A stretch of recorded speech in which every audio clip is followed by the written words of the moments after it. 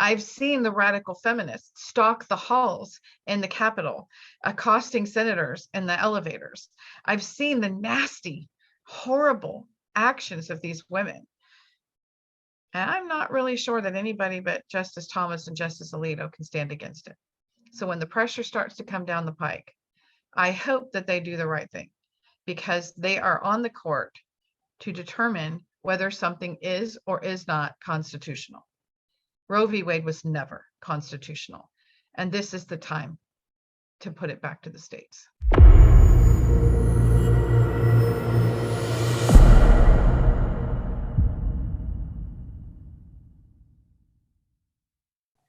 Hello and welcome to KLIM.news. I'm Christy Lee, and today I have with me Kimberly Fletcher. She's the CEO and founder of Moms for America. She's a wife of a retired Air Force officer and mother of 8. So good representation for mom, author, columnist, all of those things. So Kimberly, I was reading over your biography. How do you have time to have 8 children, be an activist, be an author, a columnist? Other moms want to know, how do you have time for all this? Well, the secret is you don't do it all at the same time. So that whole glass ceiling that people keep talking about, there's no glass ceiling. Women can have it all, just not all at the same time. And you need to decide what your priorities are in the moment. So that's how I did it, a little bit at a time. And I raised my kids. I mean, for the first, oh my gosh, 20 years. I mean, all I did was, diapers, babies, school, all that kind of stuff. And then as they got older, I was able to get more involved in the community, and I've just pulled them right along with me, and they were my little posse. So it kind of made it a family affair. How long has Moms for America been around? Since 2004. I founded the organization in Dayton, Ohio, in a living room with 27 women, and it very quickly grew to a national membership. And in the last 4 years, our growth has just been exponential.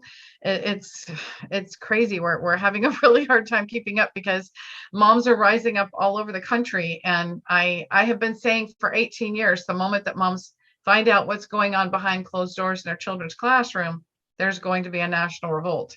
And that's exactly what's happening. We're in the midst of a mom-led revolution, and Moms for America is right at the forefront. So we have moms flooding to us every day asking for support.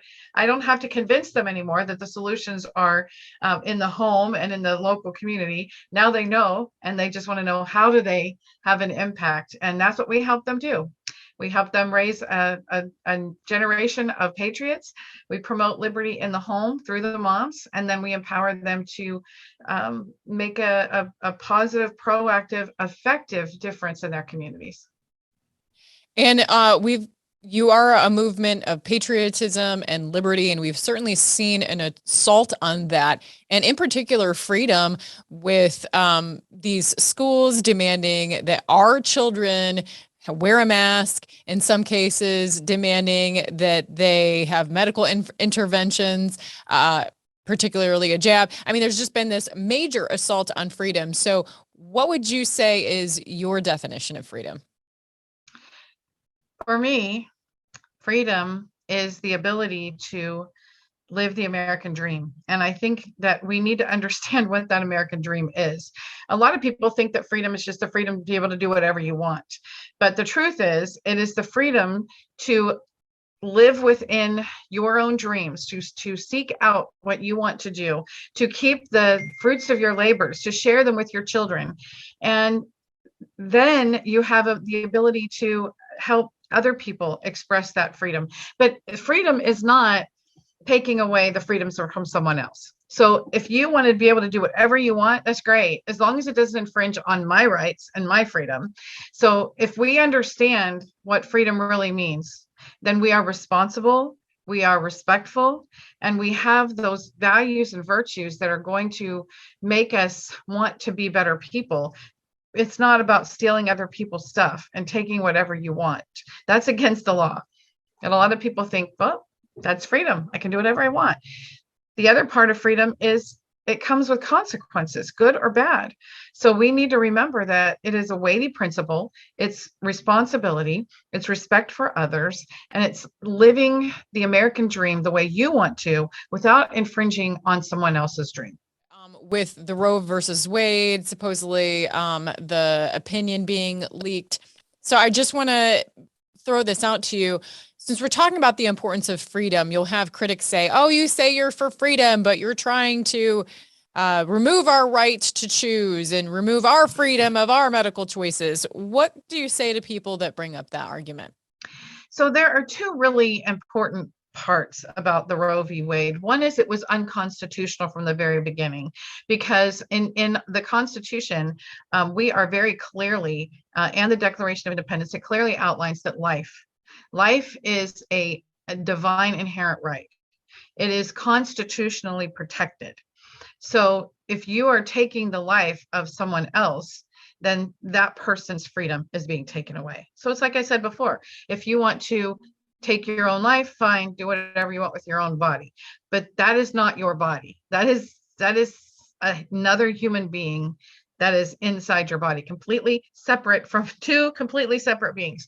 So that baby, that child, has just as much right to life as we do. Right to breathe, right to be cared for and nurtured as we do. The second thing, and reason why it has been completely outside the Constitution, is because the states have rights. And this has never been something that should have been in the courts. It was a political issue that should have been in the state houses. And the state legislatures are the ones that determine what the laws are going to be, because the people elect those state legislatures. And if they want to kill babies, then great, they can vote for it. And the state legislature, like in New York, can decide to pass it and celebrate it with big pink ribbons and lights up on the towers, whatever. There's a special place in hell for those people. But the bottom line is, this is a constitutional issue. This isn't about religion. It isn't about faith. It's strictly a constitutional issue.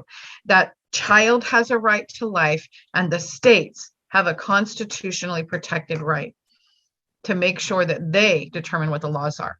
And in the case that was the decision that was in the opinion that was released, it clearly said that it needs to go back to the states. And that's all I've been saying forever. It's not about when life begins. It's about who gets to decide. The state decides, not a federal court. And so if this decision does actually happen, and I will tell you, I am very concerned, and a lot of people are, because the fact that this was leaked proves that they are going to fight with everything they have to keep that decision from being overturned. Because I've seen radical leftists destroy cities, intimidate people, bully, threaten, physical harm on people. I've seen the radical feminists stalk the halls in the Capitol, accosting senators in the elevators. I've seen the nasty, horrible actions of these women. And I'm not really sure that anybody but Justice Thomas and Justice Alito can stand against it. So when the pressure starts to come down the pike, I hope that they do the right thing, because they are on the court to determine whether something is or is not constitutional. Roe v. Wade was never constitutional. And this is the time to put it back to the states. As far as like from a critic's angle, I've been to the school board meetings. I've seen the pornographic material in the schools. I've voiced my concerns myself.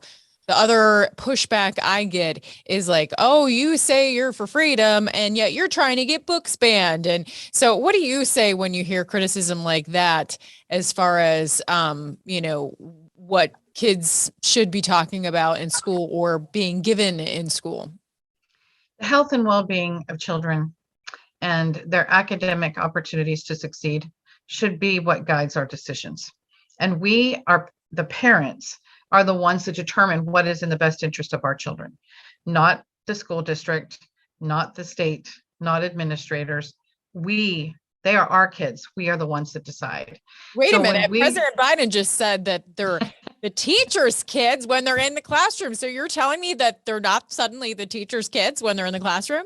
Yeah, so the government officials have, if you want to call them that, they're supposed to be public servants, but they have been for years trying to convince parents that they have no right to walk into the schoolroom, and they've even been telling school board members don't go into the schools and the classrooms because it makes them nervous. And when I tell parents, you know what, you don't even have to have children in the school to go in and monitor the textbooks, monitor a classroom, look through the libraries. You don't even have to have children in school to do that.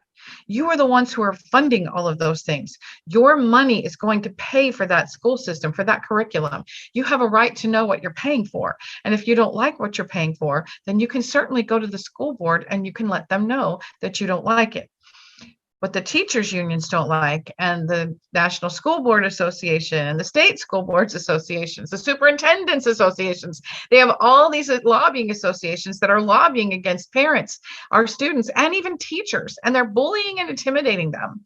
And we just want our children to be able to have the opportunity to have a good quality education, real science, true history, civics, reading, writing, math. It's really not that hard. We just want them to be able to have a good education. Everything else is left to us.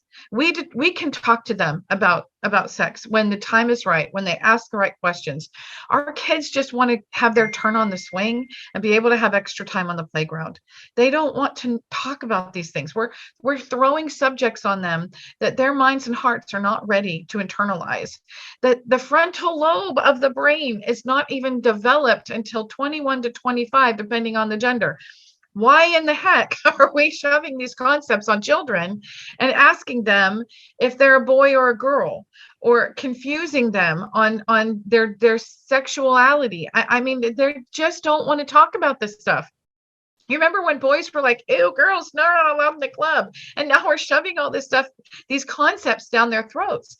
We as parents are the ones who will teach our children these things. And the President of the United States to say that our children belong to anyone but us is proof positive that he should not be in office. So now, to wrap all this up, obviously many of us parents, those that are extremely concerned about what's happening in the schools, we've been very active during the school year, but the school year is winding down and we're heading into summer. So what does that mean for groups like Moms for America? Does that give you a little break? What do you do over the summer? Tell me about that. Well, I'd love to take a break, but that just doesn't happen with us. So we're launching a National Constitution Bee in June. We'll start promoting it. It opens up in July. There will be cash prizes, and we are going to be awarding them. The competitions will be divided between 4 different groups: elementary school, middle school, high school, and moms. And we're encouraging them to get involved. We are working on a Constitution Week in September.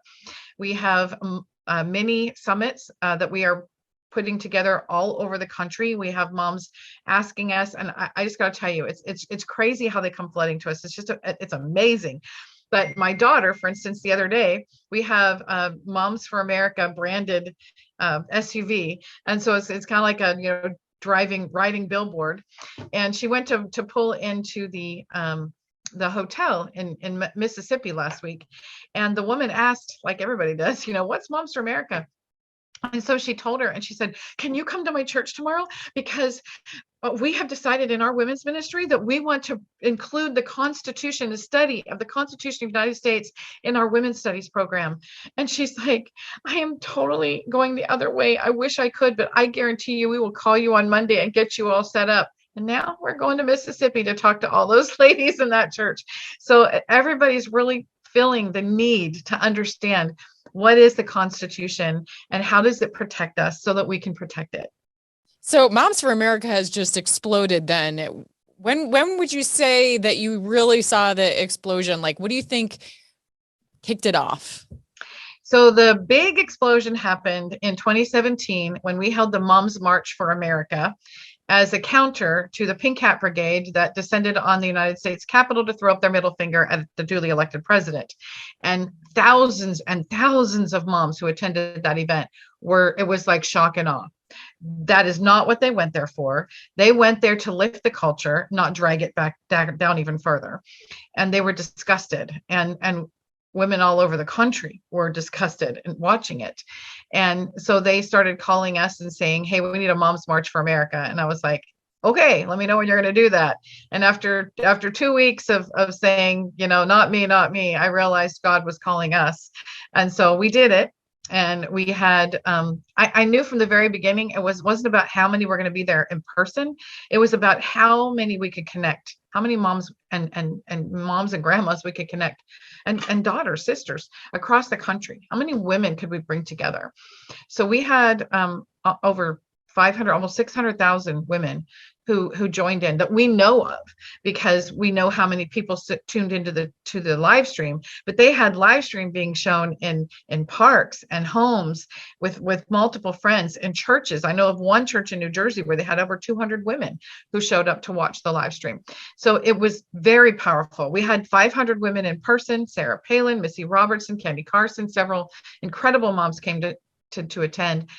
And at the end of the event, there were so many moms that came up and just thanked us for what we were doing. And I remember the mom who had the little baby, still a nursing baby, in her arms, with tears streaming down her face. And she said, please do this again. I can't lead, but I'll follow you guys anywhere.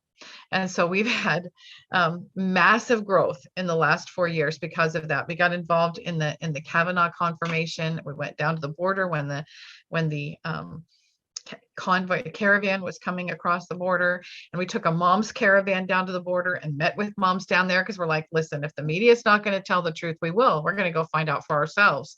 And so we did a series of videos, and then members of Congress, and we sent that out to members of Congress, and they asked if we had any more of those. Could we send some more? So we just want to know really what's going on. And when COVID hit and the mask mandates and all of these things, moms just wanted to talk about what's really happening and asking questions. And they didn't like us asking questions. And so all the social media platforms restricted us, penalized us, or shut us down completely.